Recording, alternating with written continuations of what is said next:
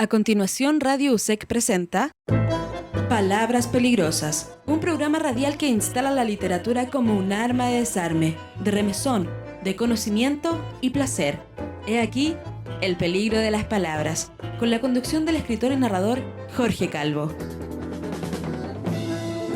Hola, enviamos un enorme saludo a nuestros auditores, a las personas que nos acompañan programa a programa en Palabras Peligrosas, un programa cultural y literario que resulta posible gracias al auspicio de Universidad SEC,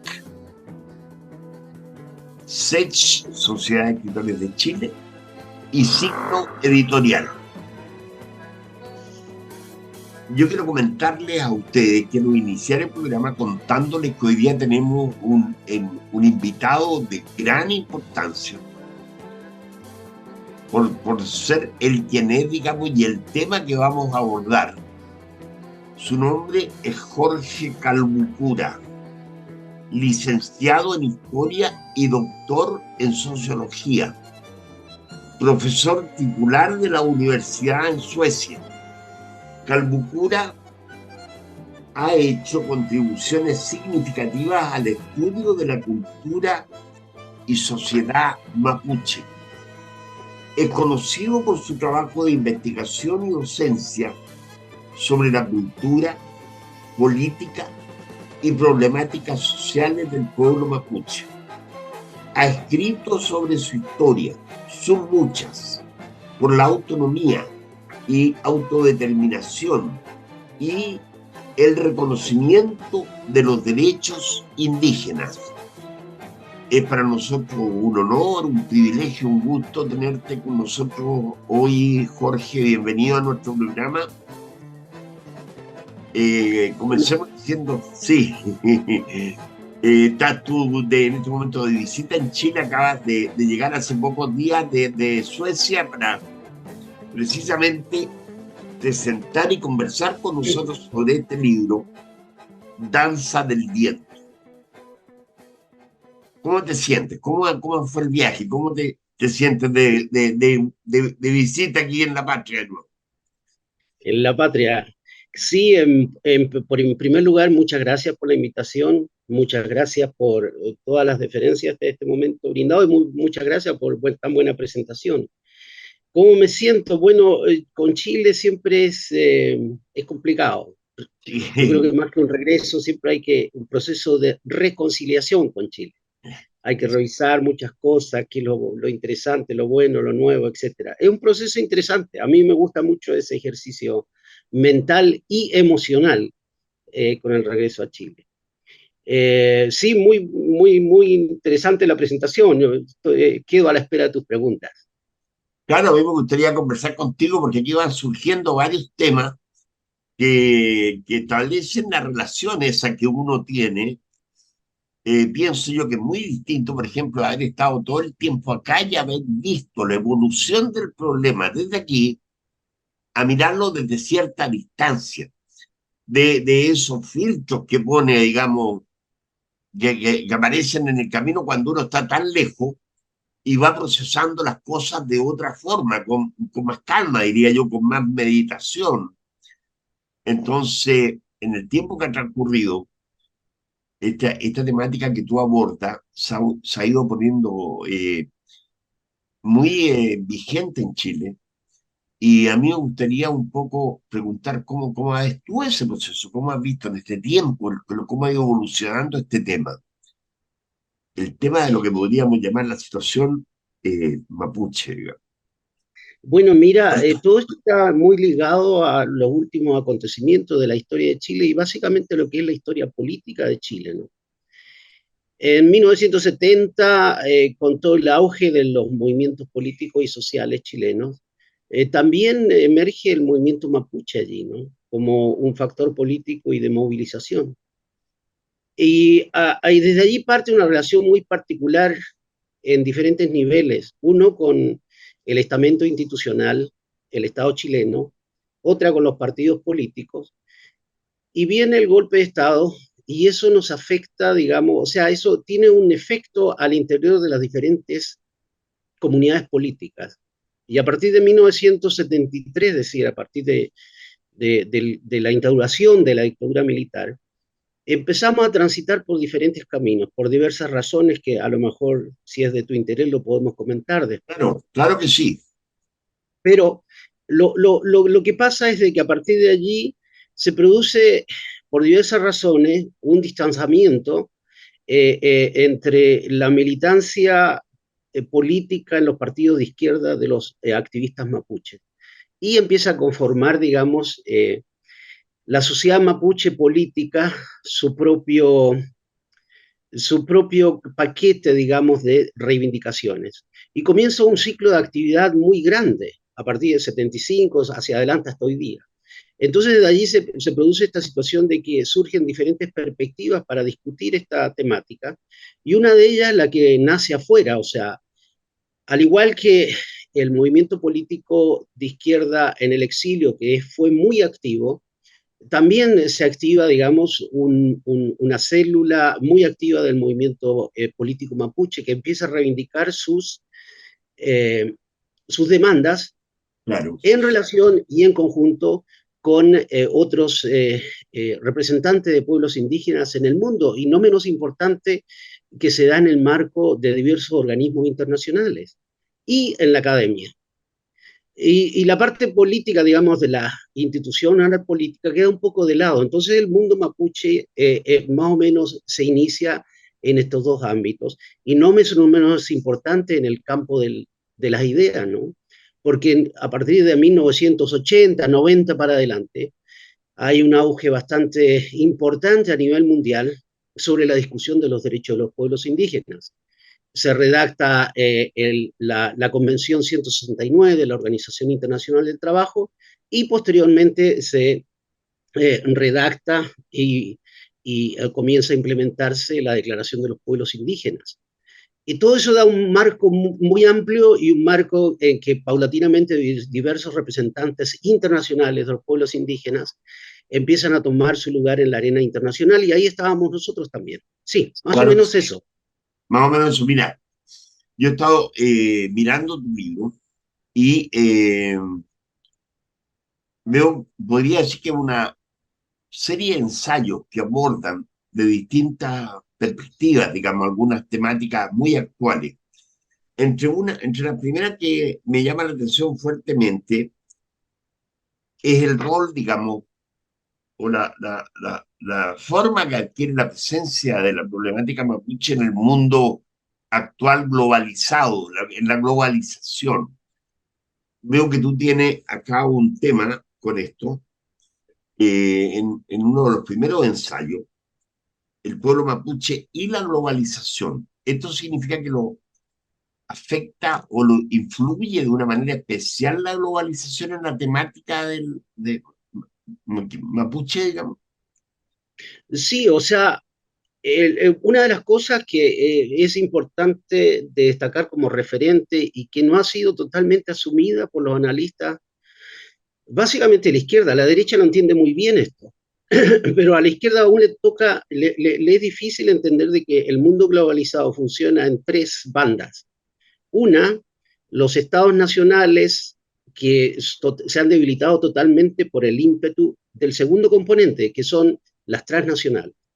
Claro. Las transnacionales hoy día juegan un rol político, financiero enorme, superior muchas veces a muchos estados, e impone sus condiciones. Y en tercer lugar, la tercera banda son los movimientos sociales, que también tienen la capacidad como movimientos sociales globales de influir en la agenda política internacional. Ahí tienes el ejemplo, por ejemplo, de lo que es todo el movimiento global por la lucha de los derechos de la naturaleza, contra el cambio climático, etcétera, etcétera. Y eso es obra de los movimientos sociales a nivel global, no es obra de los partidos políticos, y básicamente de los partidos políticos progresistas, que no han entendido, les cuesta, y aún, digamos, en sus respectivos parlamentos nacionales, tienen problemas para tratar estos temas. Pero los movimientos sociales globales, básicamente los ambientalistas, son inclaudicables frente a esto y han desarrollado una capacidad de movimiento enorme, gigante. Entonces, ¿cuál es el problema de los pueblos indígenas o cuál es el tema o la inserción de los pueblos indígenas en lo que se puede denominar como globalización? Es que los más afectados de este proceso de intervención, básicamente cuando las empresas transnacionales invierten, y yo creo que en eso no hay mucho que explicar en Chile es enorme la intervención de los megaproyectos que se llaman en las zonas de sacrificio. Por lo tanto, no es solamente, o sea, los pueblos indígenas son los que han reaccionado mucho más rápido en la medida que están mejor organizados, pero paulatinamente se han ido integrando los movimientos sociales locales, que también están afectados de la misma forma, de que te pongan una salmonera, una forestal, daña terriblemente las condiciones de vida locales, transformando el medio ambiente, transformando las relaciones de producción a nivel local, etcétera, etcétera. Desde allí que los pueblos indígenas como tal, a nivel global, y por eso nosotros nos sentimos muy familiarizados en este ambiente, muy, muy cómodo, digamos, en ser recibidos, en aportar en el ámbito de la discusión del efecto de la globalización sobre los pueblos indígenas, por este hecho. O sea, más o menos somos los que tenemos, digamos, una serie de reivindicaciones y argumentos para enriquecer, digamos, la demanda y darle forma básicamente intelectual a este tipo de demandas en un marco de las disputas de las ideas, porque la globalización también se relaciona con la academia, se relaciona con los tratados internacionales, etcétera, etcétera. Desde ese punto de vista, la primera parte, digamos, o el primer bloque de este libro, apunta directamente a esa discusión que fuimos dando, y esto más o menos resume ensayos que yo escribí, digamos, en su momento como material informativo o de debate en diferentes periódicos, ya sea en Chile o en otras partes. Claro. Y más o menos resumiendo cuáles son los problemas concretos. El primero tiene que ver en específico con el problema del biobío, que hoy día mucha gente se ha olvidado, ¿no? Entonces, en ese aspecto, la conexión, globalización, pueblos indígenas, en este caso es más o menos una inquietud muy, muy amplia y generalizada. Sí. Sí. Puedo yo comprender muy bien y darme cuenta, creo que también la gente que nos sigue en este momento con el programa, que la presencia de las multinacionales es muy invasiva, es mucho más invasiva, digamos. Están un poco librados al actuar al libre arbitrio de ellos. Y yo pienso que quienes alzan la voz con mayor propiedad y tienen mejores argumentos en esta defensa son precisamente los grupos que viven, la población que vive en aquellos lugares y que tiene una historia en esos lugares y tiene un pasado en esos lugares. Y ve esto también con otro ojo distinto, yo diría culturalmente. Culturalmente hay una mirada aborigen, digamos, sobre los valores del territorio, de cómo se mueven las cosas, que también de algún modo es violentada por esta presencia invasiva. En ese sentido, también la cultura mapuche, con sus valores y sus tradiciones, se ve afectada en este sentido también. Sí, por supuesto. O sea, esto implica una serie de efectos retroactivos, digamos, porque con la intervención en estos, en los territorios indígenas en general, ¿no? Y en el mapuche en específico, surgen los problemas que teóricamente habían dejado de ser actuales, Claro. como por ejemplo el derecho legítimo o legal de la propiedad de los territorios. Eso. Entonces, allí viene un problema grande porque la mayor parte, o sea, las zonas de intervención generalmente son muy cercanas a lo que son las comunidades o las reservas indígenas. Eso significa de que las reservas indígenas tienen el derecho de propiedad colectiva, a diferencia del derecho de propiedad privada. El derecho de propiedad en las comunidades son colectivas. Sí. Es decir, todos los miembros y componentes tienen derecho a usufructuar de la extensión que tienen a su disposición. Bueno, ese es un problema. Entonces, los circundantes generalmente o eran territorios estatales o son territorios privados. Y cuando son los territorios estatales que el Estado otorga en concesión a transnacionales, se generan problemas. El bosque nativo se termina y ya no hay dónde ir a buscar leña. O sea, mucha gente se olvida esto del arroz, de leña y todo lo demás. O sea, a la gente le cercenaron el derecho que tenía de por sí a buscar leña, siempre se habla de las plantas medicinales, es obvio, ¿no? Pero la leña, digamos, lo más crucial es lo diario. Número uno. Número dos, quizás hay un afluente de agua donde se iba a pescar, se iba a lavar la ropa, qué sé yo. Todo eso queda cercenado. Claro. Entonces, de aquí viene el problema no solamente de la propiedad legal, que es lo que destacan las inversiones de las transnacionales. Dicen, no, a nosotros el Estado nos dio concesión. Por lo tanto, si ustedes entran acá, le metemos policía. El Estado dice, bueno, nosotros tenemos el derecho de otorgar esto. Y ahí viene el problema. Legalmente no lo tienen y la legitimidad del uso de esos suelos y de otorgar, y allí viene, o sea, yo creo que ahí se cometió el mayor error, no solamente a nivel chileno, sino que a nivel global, de no considerar el efecto político de estas intervenciones. Bueno, esas son las complicaciones de la globalización, de la implementación de la globalización a niveles locales. Y como te decía anteriormente, esto no es un problema solamente que afecte a los pueblos indígenas, es un problema que afecta al pueblito de chilenos que vive allí, la gente que ha vivido tradicionalmente cerca de esos territorios, etcétera, etcétera. Es como la intervención de un hábitat. Exactamente. Eso es muy grave porque altera formas de vida, no solamente una cuestión de carácter comercial.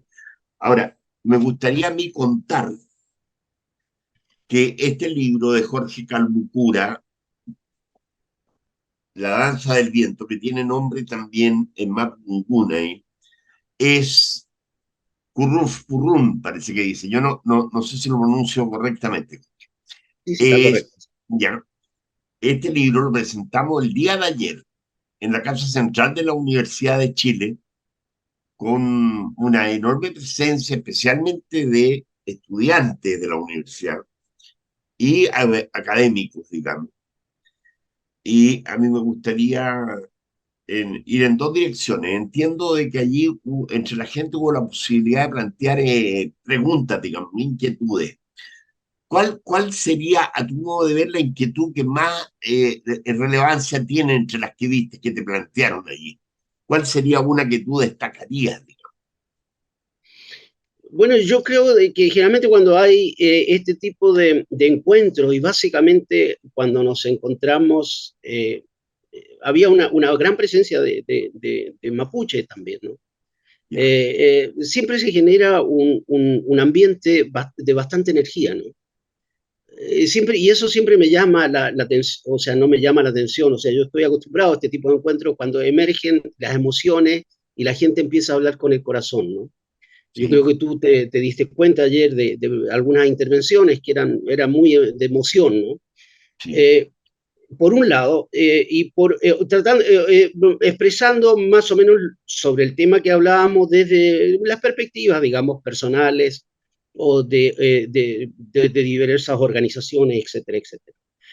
Lo que siempre me llama la atención en esto es las intervenciones de la otra parte no mapuche, que generalmente te das cuenta de que cuál es el nivel de no conocimiento, no estoy hablando de desconocimiento, de no conocimiento, y en ese sentido estoy diciendo esto de entender de que hay una relación cronológica de hechos que básicamente si la conocieras te ayudaría mucho a entender cómo se han ordenado las cosas. Y eso es muy... el grado de aproximación con el tema, digamos. Exactamente. Y ese grado de aproximación en el ámbito no indígena es diferente. Muchas veces te das cuenta de que no hay un referente central, ¿no? A sí, veces se dan situaciones en que hay gente que está hablando de los araucanos, por ejemplo. El araucano sí, es el nombre colonial, es lo que le pusieron los que vinieron a conquistar esto, ¿no? Entiende, entonces siempre yo creo que el desfase, digamos, informativo, el desfase de la aproximación a la relación de los hechos es lo más interesante. Entonces, generalmente es difícil eh, iniciar un diálogo, pero de una u otra forma lo que es importante y con lo que quiero terminar y con lo que estaba empezando este momento, digamos, de esta respuesta, es la parte emocional, que la gente reaccione emocionalmente. Entonces se dan estas dos situaciones que son muy interesantes para este tipo de encuentros, por lo que a mí me dice de que hay un interés enorme por adentrarse en este tema. Sí. sí, yo creo que sí, de todas maneras. Y pienso que ese interés con el tiempo va creciendo, porque la gente tiene que tener una mirada más profunda de las dimensiones que tiene este problema. Hasta ahora pareciera que para mucha gente es como superficial, así lo miran por encima nomás, pero no entran en la profundidad que tiene. ¿M? Ahora, a mí me parece también muy interesante el título que tú le pones a tu libro, le pones Danza del Viento, y pareciera que es un título casi poético, digamos, para la materia que trata, ¿no? Trata materias que son bien Ya. complicadas, complejas, digamos, ¿eh? Porque Mm. tiene algún significado para ti el haber escogido este título. ¿A qué aludes directamente con el título de Danza del Viento? Bueno, la danza del viento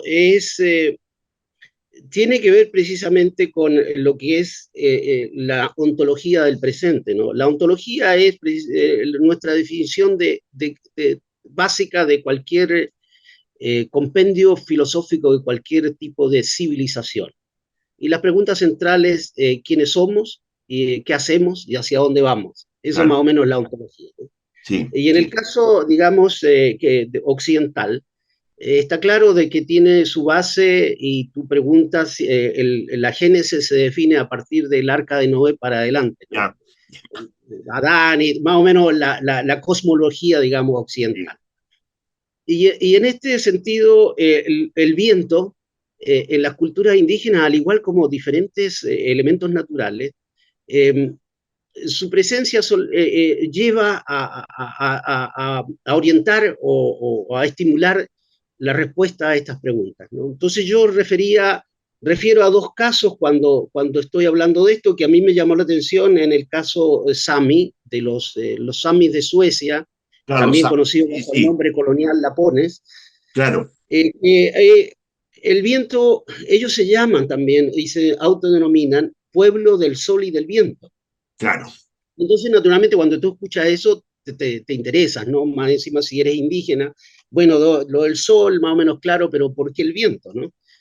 Y allí surgía, en una de mis indagaciones me contaban esto de los relatos ancestrales, en que el viento jugó un rol muy importante, porque los vientos soplaban intempestivamente en el territorio ancestral Sápmi, que es el territorio ancestral de los Sami, y lo hacía inhabitable hasta que llegó un machi, un chamán, que logró capturar a los vientos y los hizo prometer de que no iban a soplar todos al mismo tiempo y que a su vez significó un compromiso. Pero mientras sucedía ese proceso de negociación, de captura de los vientos del machi o del chamán con los vientos, en ese momento se produce una tranquilidad en el territorio y ahí se comienza a poblar, entra la vida y entran los habitantes originales. Entonces el viento tiene precisamente esto que nos ayuda a entender de que para los pueblos indígenas es ontología, es decir, cómo comienza el relato ancestral, que para los cristianos sería el arca de Noé, ¿no? O el sí, diluvio universal. Y en el caso, digamos, tehuelche, existe más o menos algo parecido, ¿no? El ya, creador, digamos, del universo tehuelche, se sentía muy solo, lloraba de tiempos inmemorables, inundó todo el territorio ancestral tehuelche, hasta que se da cuenta de la catástrofe que ha ocasionado, suspira profundamente y cuando suspira produce ese viento, el viento original que separa las aguas de la tierra y en ese momento nace la vida. Y a partir de allí, digamos, en los tehuelche, siempre cuando sienten este viento violento, el puelche que le llaman acá, ¿no? Es, digamos, el soplo divino, ¿no? Es estimular el pensamiento, estimular de dónde venimos, etc. Y, y este libro más o menos está escrito con esa contingencia y esa necesidad, esa urgencia, porque cada ensayo es de acuerdo al momento que iban transcurriendo diferentes situaciones en el territorio mapuche o en Chile, ¿no? Y desde allí trato de vincularlo a estos dos elementos que he contado para más o menos dar a entender de qué forma estos relatos nacen, ¿no? Claro Como que sí. este relato original, digamos. Sí, Claro, eso sería. y se articulan desde una cosmovisión que integra todo desde el origen hasta ahora, y eso es absolutamente legítimo y coherente en una visión del mundo, ¿no? Esta visión occidental de explicar la realidad no es hegemónica, tiende a ser hegemónica, pero no tiene por qué serlo, ¿no? Las otras tienen todo el derecho a expresarse también. Es integrar esa visión del mundo que tienen los mapuches, que está contenida aquí, con la forma en que hoy día están llevando adelante su sobrevivencia y ellos su cultura, ¿no? El continuar existiendo de acuerdo a estos valores y a estos cánones. Me parece que tiene una enorme vigencia la lectura de tu libro, Jorge. Y Muchas gracias. creo que en las preguntas que yo vi que se expresaron ayer, esto estaba de algún modo reflejado, ¿no? Tiene que ver, por ejemplo, dentro de las problemáticas que nos afectan más hoy día. Esta discusión que hemos tenido tan larga ya por la nueva constitución, que un poco en su último eslabón más grande fue lo que llamaron el estallido social, que planteó una urgencia respecto a replantearnos a la constitución, y que ha pasado por todos estos vericuetos que ha tenido, y ahora estamos a punto de votar por otra nueva constitución. ¿Hasta qué punto consideras tú que se expresa, que está presente allí, la visión, la mirada mapuche en esa nueva constitución política?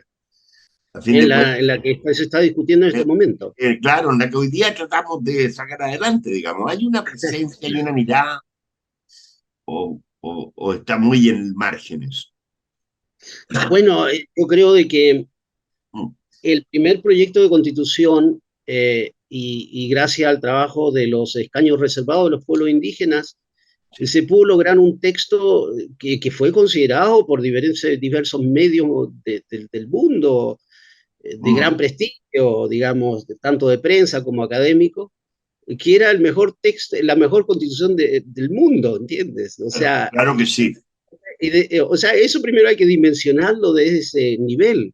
claro O que sea, de sí. la mejor proyecto de constitución pasamos al peor, ¿no? Al peor Porque ahora, la otra declaraba precisamente plurinacionalidad, equidad, derechos en general, ¿no? Era muy rica en derechos. claro. Ahora, y nuevamente volvemos a lo que cuando estábamos iniciando esta conversación, de que hay momentos, o sea, no, hay un amplio sector que no entiende la relación entre una y otra y sus eventuales proyecciones, ¿no? Pero la derecha lo entendió perfectamente, supo por dónde atacar, puso toda su maquinaria y toda su maquinaria de periodística y de publicidad para revertir la opinión, ¿no? Entonces, hoy día, aunque no es así, pero aunque existieran derechos de los pueblos indígenas incluidos, sería una versión, digamos, mediocre de lo que fue la primera. O sea, la Claro, primera, claro, desde un punto de vista racional, ético, moral, político, etc., fue el mejor texto constitucional, uno de los mejores textos constitucionales del mundo, eso no nos podemos olvidar. Esta no lo es, y yo creo que hay un amplio consenso de que la proyección de lo que puede ser el proyecto constitucional del actual texto que se está discutiendo no reúne esas condiciones, entonces es muy difícil, o sea, todo lo demás es justificar lo injustificable, ¿no? Y yo Claro. creo que no podemos resignarnos a ser mediocres. O sea, No, no, no, eso no está dentro, o sea, si eres académico, tú no puedes, o como académico, tú no puedes conformarte, digamos, con dar una clase diciendo, mira, yo podría hacer una clase mejor, ¿no? claro. Pero te voy a dar una clase mediocre, ¿no? O sea, Ahí no va, tenemos la claro, obligación de dar lo mejor tanto en política claro. como en el ámbito académico.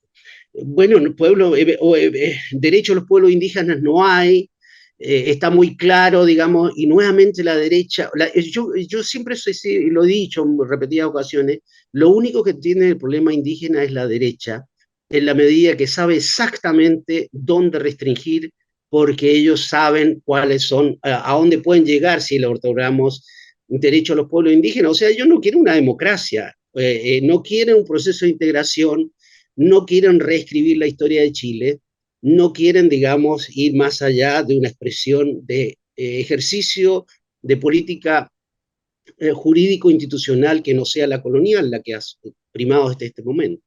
Claro, a ellos Y les más o menos interesa esas son las... claro, para ellos lo ideal es que todo el espacio y todos los recursos están disponibles para el funcionamiento de las transnacionales. Ese es el principio rector de su conducta. Ahora yo me pregunto algo, no sé, una duda que me viene a mí, al calor de lo que conversamos acá. Yo he tenido oportunidad de ver, yo viví un tiempo en Canadá y vi en Canadá el trato que tienen allá con los sectores aborígenes, digamos. Las primeras naciones, eso se denomina. Sí. Claro, y fíjate que vi también después la conducta que han mantenido la gente que viene de lo que fue la Commonwealth, el imperio británico, digamos, en el mundo, que se metieron en Australia, Nueva Zelanda y en tantos lugares, como que en este último tiempo ellos han reconocido, le han reconocido derechos, han restituido tierras, han restituido, ¿no es cierto?, les dan formas de ganarse la vida también, de sobrevivencia. Pero pareciera que esto que fue acá el resultado de la intervención española, digamos, se mantiene todavía con mucha injusticia flagrante ocurriendo en terreno que no han tenido el mismo trato que han tenido lo que hicieron los ingleses. En mi apreciación, por lo menos, yo no sé, me gustaría consultar tu visión de esta. De, Claro, o sea, se inicia todo un proceso de reconocimiento de derechos, básicamente en varios, como tú le decías, en los países anglosajones, ¿no? claro, Y lo que fue, digamos, parte del imperio inglés. Eh, la diferencia es de que, bueno, y aquí están estos problemas de los desfases de las interpretaciones de los diferentes momentos de la historia, ¿no? No hay que olvidarse de que los mapuches fueron el único pueblo indígena que derrotó un imperio. 1642, Tratado de Quillín, un imperio firma un tratado de paz con pueblos indígenas. Y esas fronteras militares que se establecen entonces en el Biobío sí, perdura hasta 1883, que es el momento, digamos, de la llamada pacificación de la Araucanía. Es decir, en 1883 el Estado chileno traspasa esas fronteras militares y hace una ocupación. Técnicamente es una ocupación. Bueno, entonces, durante todo lo que es el periodo de la colonia chilena, de la autonomía de los territorios, del territorio mapuche, son dos cosas diferentes, ¿no? Nosotros vivíamos en autonomía, los chilenos vivían... bueno, estimados amigos, como han podido ustedes darse cuenta, hemos tenido un pequeño impasse, se nos cayó la conexión en un momento, pero ya estamos de regreso. Entonces, estamos de regreso en esta interesante conversación con Jorge Calbucura. Voy a recordar que Jorge Calbucura es licenciado en Historia y doctor en Sociología, profesor titular de universidad en Suecia. Calbucura ha hecho contribuciones significativas al estudio de la cultura y la sociedad mapuche. Es conocido por su trabajo de investigación y docencia sobre la cultura, política y problemáticas sociales del pueblo mapuche. ha escrito sobre su historia, sus luchas por la autonomía y la autodeterminación y el reconocimiento de los derechos indígenas. En eso estábamos y vamos a continuar luego de este pequeño break que tuvimos. Hablábamos muy significativo que precisamente hoy día, al calor de lo que estamos viviendo hoy día, esto se retome y se retome con mucha fuerza. Eh, Estábamos hablando de que las actitudes han sido un poco distintas, tanto para lo que fueron las consecuencias de lo que hizo el imperio inglés en su momento, ocupando tierras y ocupando culturas aborígenes también, a las que luego les ha reconocido y compensado el daño de algún modo el daño tremendo que se hizo. Pero tenemos la impresión de que acá, en el ámbito de lengua española, lo que fue descubierto, entre comillas, y conquistado por los españoles, no ha ocurrido lo mismo. Y eso merece a lo menos una mirada, un comentario, ¿no es cierto?, de Jorge en lo que estábamos conversando en el momento que nos fuimos. Buenas tardes de nuevo, Jorge. Buenas tardes, y bueno, disculpa por todos estos inconvenientes técnicos. Son técnicos, no son, digamos, humanos. Es así, Sí. así mismo es. Bueno, entonces, siguiendo con donde quedamos, o sea, lo que vale destacar en este sentido es de que las dos formas son formas de colonialismo, digamos, la anglosajona y la española. Ahora, la diferencia que hay es de que la española es más bien una imposición bastante dura del dominio y de la administración. En la práctica es un sistema feudal que se impone. O sea, los sometidos pasan a ser súbditos de la corona, pero con derechos restringidos. A diferencia de la inglesa, que la inglesa establece, o sea, ellos no son los que ejercitan el dominio sobre la población sometida, sino que establecen alianzas con diferentes grupos. Y son esos grupos que a su vez ejercen, digamos, la opresión contra otros grupos. Entonces pueden ser grupos mayoritarios o minoritarios. Pero lo interesante de todo este proceso es de que en el caso inglés se firman tratados. O sea, el imperio reconoce los derechos del grupo que le otorga esta posibilidad de ejercer la dominación sobre otro grupo. Está el caso de la India, por ejemplo, donde tú sabes de que el sistema de casta estaba en vías de desaparecer, pero es el imperio colonial inglés para levantar todo este sistema corrupto y de opresión que incentiva la existencia del sistema de casta. Pero esto le significó a los ingleses un problema, que de acuerdo a los convenios internacionales, todo tratado que se ha suscrito es válido eternamente. Entonces, más o menos, esa es la situación que se ha establecido con los pueblos indígenas que fueron sometidos o que quedaron bajo el protectorado colonial de los anglosajones. Y de esa perspectiva, muchos de las medidas que se están tomando en este momento, de restitución de territorios, reconocimiento de derechos, es sobre la base de lo que ya se suscribió hace 100 o 200 años atrás.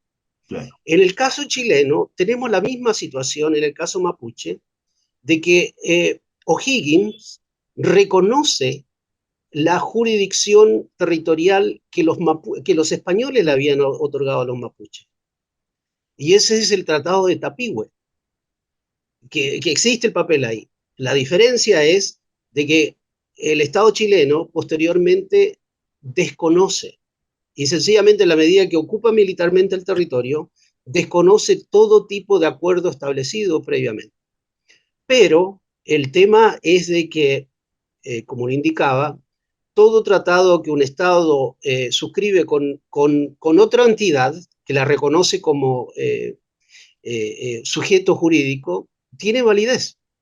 Entonces, lo que se está haciendo aquí es sencillamente, bueno, ejercer la violencia y nada más que la violencia, y desconocer y sencillamente no otorgar, darle, digamos, validez a lo firmado, ¿no? Claro. Los españoles, por otro lado, tenían un sistema igual de respeto de derechos hacia los pueblos indígenas, pero que cuando viene la república, el sistema de repúblicas desconoce todo eso y sencillamente no reconoce eventuales derechos a los pueblos indígenas. Entonces, en ese sentido, el sistema republicano es mucho más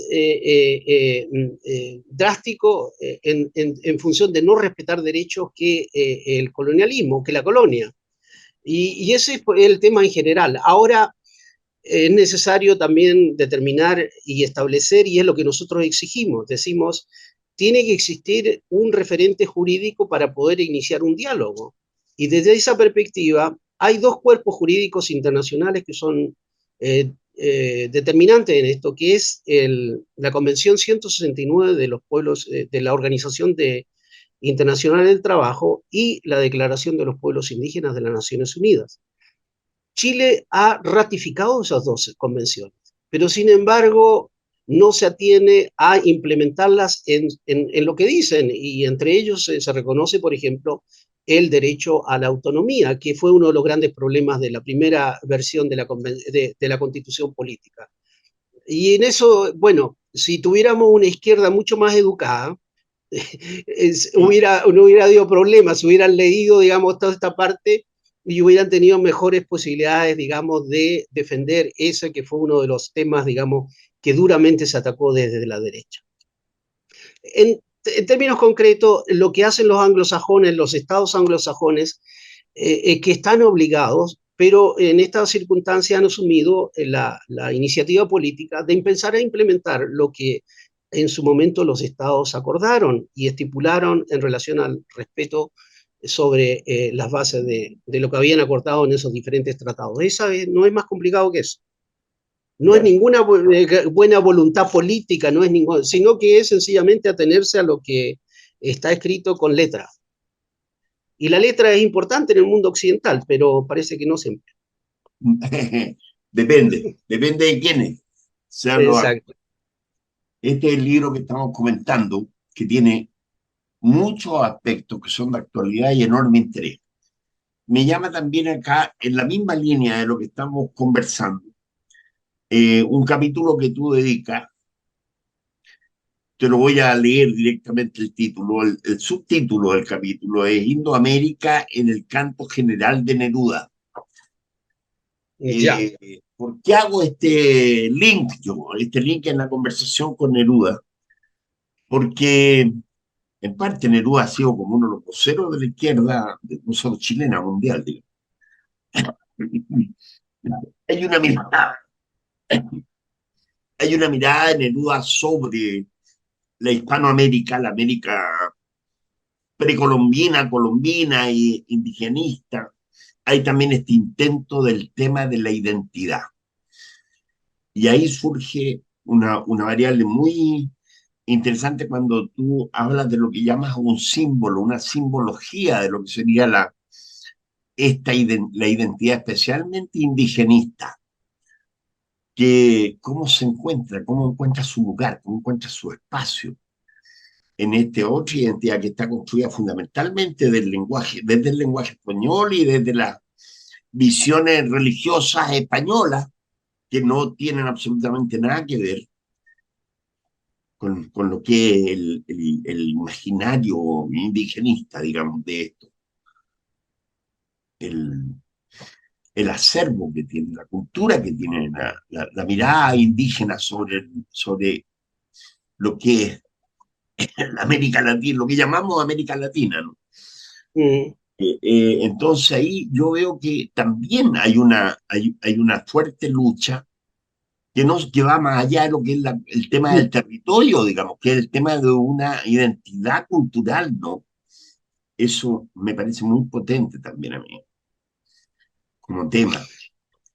Bueno, allí está este tema como es el subtítulo del libro, Ontología del presente, efectos de poder, saber y subjetividad.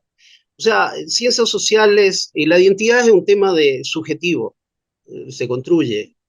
Son varios factores que entran en ese juego, ¿no? No menos importante en ese factor es cómo tú escribes la historia, qué elementos pones para definir y darle contenido, digamos, al tema de la identidad. Y eso creo que es uno de los elementos más interesantes en toda esta historia, ¿no? En la medida que nosotros somos bastante, o sea, en general podemos hablar de Latinoamérica, no es problema, podemos hablar de Hispanoamérica, somos todos latinos, pero cuando llegamos a cosas específicas, allí sería necesario usar, digamos, la rigurosidad del contenido de lo que estamos hablando. Como es indudable que en este continente hay una Afroamérica, hay una Indoamérica y hay una Latinoamérica. Y no se trata de desplazar a uno y al otro, sino que es legítimo que cada uno defienda su identidad de acuerdo a su autodefinición y sobre la base de eso construya su historia y la definición como tal. Y el problema que tenemos es que generalmente cuando hablamos del tema indígena decimos, bueno, como en Latinoamérica los indígenas, y ya allí hay una contradicción conceptual, ¿no? O sea, Claro. si vamos a hablar de Latinoamérica, Latinoamérica es lo que se puede decir Santiago, Sí. las grandes capitales, está bien allí, la mayoría de la población tiene un origen más o menos común, etcétera, etcétera, y quizás la raíz indígena no esté tan presente allí. Pero sin embargo, hablar de una historia indoamericana es necesario reivindicar como tal. Es decir, este tema de la plurinacionalidad, que también fue uno de los temas candentes, se desconoce, o sea, se desconoce negando la plurinacionalidad. Es como negar que esto de los negacionistas, los que creen que la Tierra es plana, ¿no? Claro. Y dando la evidencia, toda la evidencia indica que la Tierra es redonda, pero no hay caso. Sí. Entonces, es un tema ideológico, ¿no? Y en el caso de Latinoamérica, Hispanoamérica, Afroamérica, es lo mismo. O sea, nosotros nunca nos vamos a considerar parte de Latinoamérica, porque en Latinoamérica está la gente que considera que son... Y lo dicen muy abiertamente y con mucho orgullo que nuestros antepasados fueron los que vinieron de Europa o de España. Claro. Fine, ningún problema, perfecto, pero ¿y por qué nosotros no podemos decir lo mismo? Nosotros somos indoamericanos porque somos nuestros antepasados hace 17.000 años que viven aquí y nosotros estamos muy orgullosos de eso. Y ahí surgen los problemas y ese es un problema muy, muy, muy complicado. Es tan simple su formulación, pero es tan complicado, digamos, dar a entender una cosa tan simple. Sí. Cuando yo escribo sobre Neruda, Neruda tiene precisamente este problema, ¿no? Digamos, para Neruda, la Araucana es el antecedente de la historia de Chile, como para muchos, ¿no? Historiadores. O sea, allí nace Chile. Y bueno, ¿qué es lo que es la Araucana? La Araucana es una crónica donde relatan el fracaso de las fuerzas expedicionarias españolas. Entonces, con toda la inversión que hace España para conquistar esta parte del mundo, se encuentran con grandes pérdidas y tienen que rendir cuentas. Claro que Y sí. por eso venían estos cronistas. Estos cronistas eran una especie así que relataban, digamos, Sí. cómo iban las cosas, ¿no? Claro. Alonso Ercilla, y ahí crea, bueno, lo otro es que el ejército, el más poderoso del mundo en ese momento, es decir, como los estadounidenses frente a los talibanes. ¿Cómo se Claro. explica la derrota? Tienes que inventar un mito, ¿no?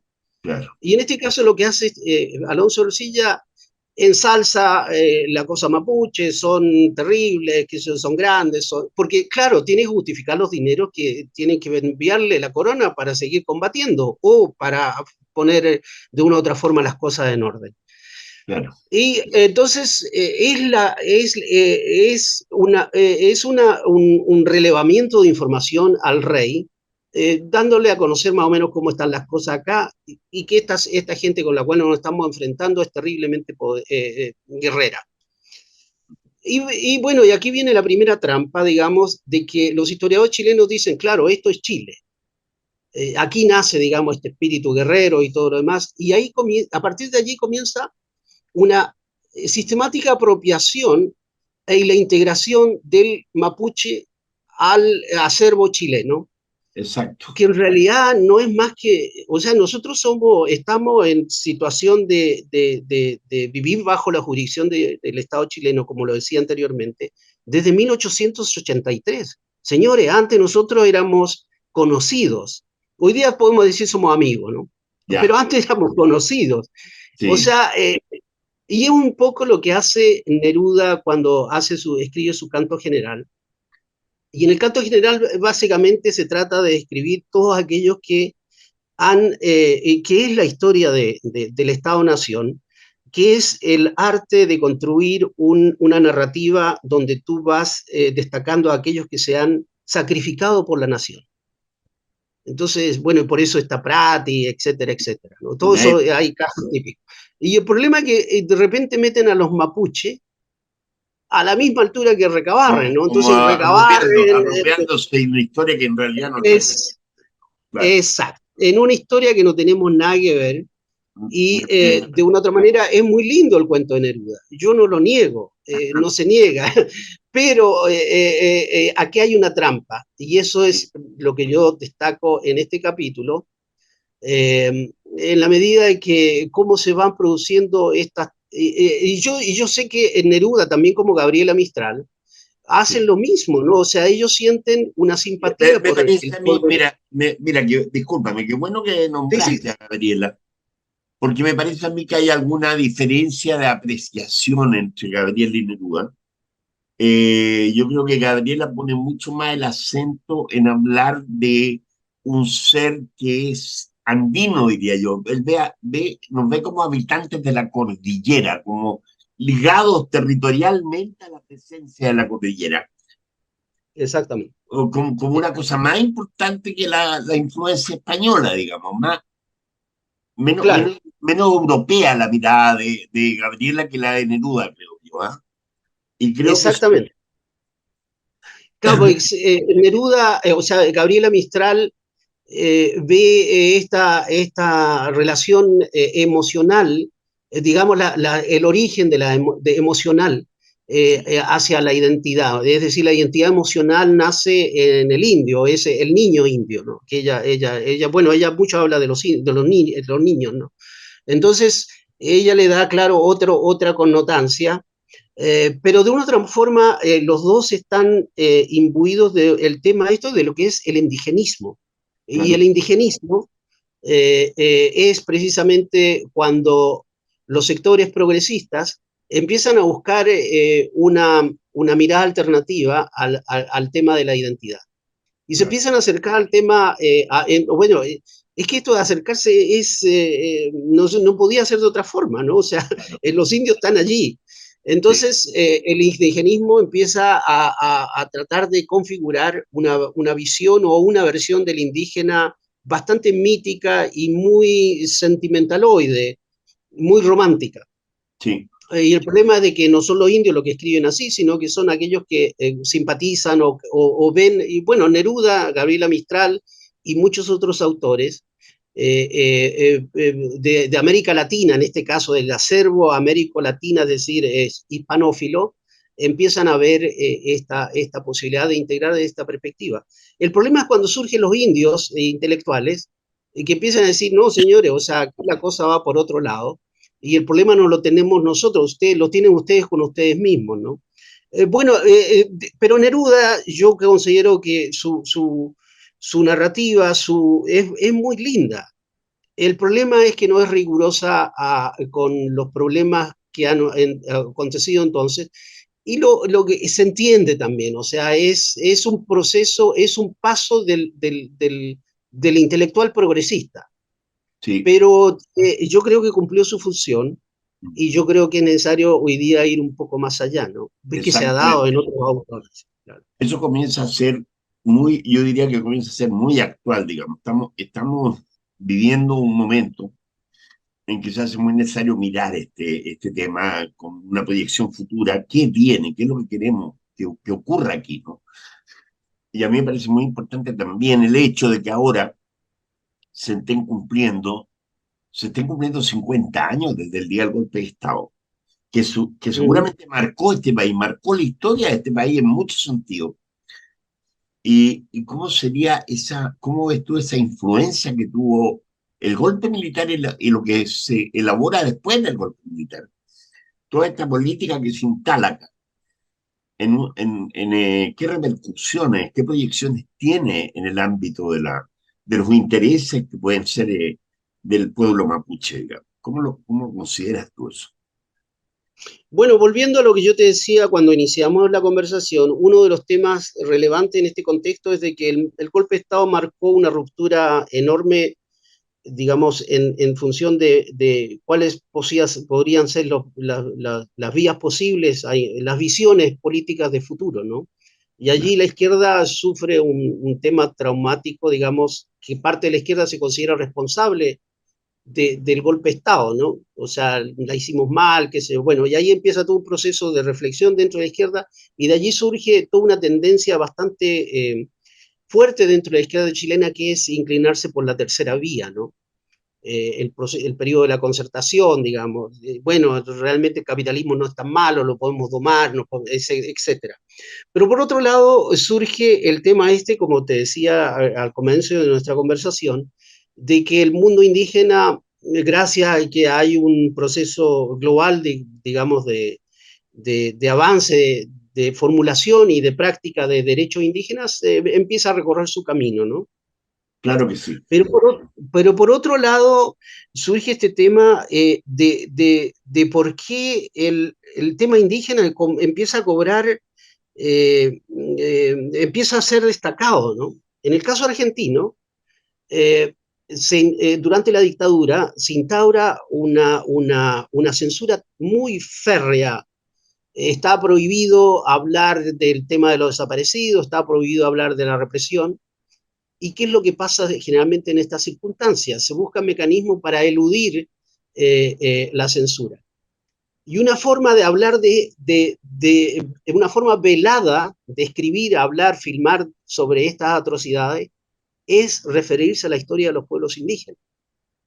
Entonces empieza a hablar de desaparecidos, empieza a hablar de tortura, ¿entiendes? Empieza a meter los temas. En el caso chileno pasa lo mismo, ¿no? Es por eso que empieza dentro de la academia, empieza todo este proceso de investigación en función de destacar el tema. Sí. El contenido es circunstancial a las circunstancias que se están dando en ese momento. Es decir, hay una dictadura, pero lo que nos interesa hablar aquí del tema de la tortura, el tema de la usurpación, el tema del maltrato, etcétera, etcétera. Entonces, yo creo que en el caso chileno es más, cuando se necesita, digamos, implementar una mística de resistencia del campo político, de repente se acuerdan que son los mapuches los aguerridos, ¿no? Hasta ese momento nosotros éramos los flojos, los borrachos, etc. Y de repente emerge nuevamente esta imagen, digamos, del mapuche indómito, ¿no? Con su poncho, la lanza, y bueno, lo que estaba diciendo la izquierda, y bueno, y los actos políticos aparecen los dirigentes de la ADMAPU, los dirigentes mapuche, ¿no? Y esto es un emblema, digamos, para decirle a los militares, mire señores, nosotros tenemos, digamos, la fortaleza moral está con nosotros. Ustedes tienen la fortaleza de las armas, pero la fortaleza moral está en esta simbología. Entonces, el problema se genera cuando se retorna, digamos, cuando ya no hay dictadura. Y bueno, ¿y qué hacemos ahora con la imagen esta, ¿no? Que formamos, ¿no? Y Claro. ahora viene este tema que hemos visto últimamente, que, bueno, ahora son narcotraficantes los mapuches, ¿no? Roban leña, qué sé yo, son delincuentes. Entonces, el tema indígena desde ese punto de vista es muy interesante y muy relevante, y bueno, eso habla un par de capítulos también del libro, de cómo va evolucionando de acuerdo al interés que los sectores políticos o intelectuales tengan, ¿no?, en sacar dividendo de este tema. Pero felizmente hoy día tenemos la posibilidad, tal como lo indica este libro, de que tenemos nuestra propia voz y podemos de una u otra forma emplazar en un debate o en un diálogo en torno a estos temas. Claro, así. Ahora también, considerando en la situación que estamos viviendo hoy en día acá, en el país nuestro y en el planeta, digo, ¿cómo visualizas tú las alternativas que tenemos por delante? Bueno, tal como se indicaba en la presentación del libro, lo indicaban los comentaristas, ha sido muy duro esto, ¿no? Del tema del rechazo. Ha sido muy duro. O sea, una cosa es de que la derecha y sus argumentos, pero también es muy duro entender de que muchos de esa parte de esos argumentos de la derecha han sido considerados como válidos y legítimos por un sector del progresismo, por un lado, y por otro lado de que fueron los movimientos sociales en esta oportunidad los que levantan, digamos, el indigenismo o como un baluarte, como un símbolo, como un referente. Y la revuelta es, digamos, los partidos políticos tradicionales en su conjunto no tuvieron nada que hacer, ¿no? Y que decir. Y por lo tanto, en este caso se trata de desplazar la influencia de los movimientos sociales y con eso se arrasan muchas cosas, ¿no? Entre ellas, digamos, esta cosa de cuál es el rol simbólico que los pueblos, o los mapuches en este caso, por la bandera mapuche siempre estuvo allí, y hoy día, o sea, es posible percibir claramente de que la bandera mapuche no tiene la misma connotancia de usarlo, digamos, como se usaba hasta ese momento. Entonces, ¿cuáles son las alternativas? Yo creo que tenemos que resignarnos a partir de nuevo. Y este libro por eso se llama Ontología del Presente, ¿no? O sea, cómo podemos entrar a definir quiénes somos, por qué estamos aquí y hacia dónde vamos. Y es necesario, o sea, para nosotros, y yo creo que para la intelectualidad indígena, es muy importante entender, y entendimos, yo creo, cuáles son las limitantes de este diálogo que ha estado en suspenso tanto tiempo, ¿no?